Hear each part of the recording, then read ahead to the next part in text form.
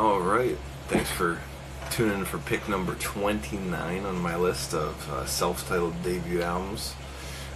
Today's pick is one of two picks on my list that AllMusic gave 1.5 stars out of 5, which is really bad. And I have no idea what the hell they're talking about for either of those two albums. So one of them is this one right here. This was released in 1994 on a Japanese label called Zero Corporation. It is a progressive metal classic. Well, this is an album from a progressive metal band that, if you like that genre of music, you pretty much automatically love this band. And for some reason, I guess along with the critics, a lot of fans of this band don't seem to love this record a whole lot. Seem to say it's, one of the worst in their, the lowest in their catalog, which I don't necessarily agree with. I personally think it's stronger than some of their newer material. And that is the debut album from Symphony X. Yes.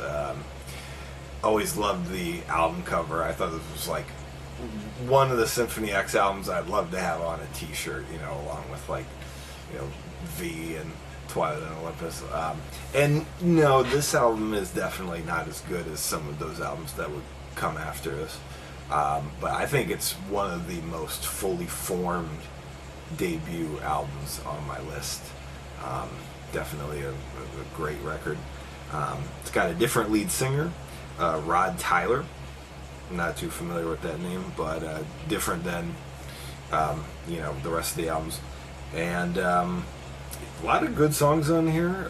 The Raging Season, Premonition is probably my favorite song on the album. That song, along with the closing track, the epic A Lesson Before Dying. I feel like those two songs sound like they could have been on a later era Symphony X album. Like V or The Odyssey, and would have fit in perfectly. Some other good songs here too, Absinthe and Rue, Taunting the Notorious, Rapture or Pain.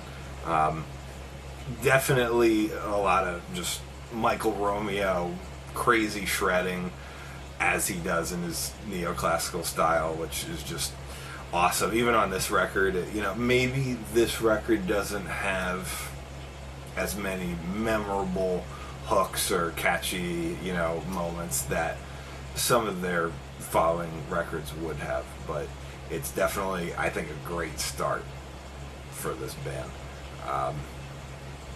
And yeah, just a lot of killer tunes, heavy riffs. The drumming is awesome. I love the sound of the drums, even though it's got that really thin, cracky kind of snare sound, and they would do that again on the Damnation game. I feel like those two albums have like some of the best sounding drums, and I kind of wish they would keep that sound, because I feel like some of the albums after, there's just too much reverb, too Fate's Warning sounding, maybe, the drums. But yeah, I think it's pretty good production overall, and yeah, not really clear why so many Symphony X fans don't really like the debut. I personally think it's more interesting than Iconoclast and Underworld, and I know I'm probably going to get a lot of hate for that, but that's just me. So there's my number 29 pick.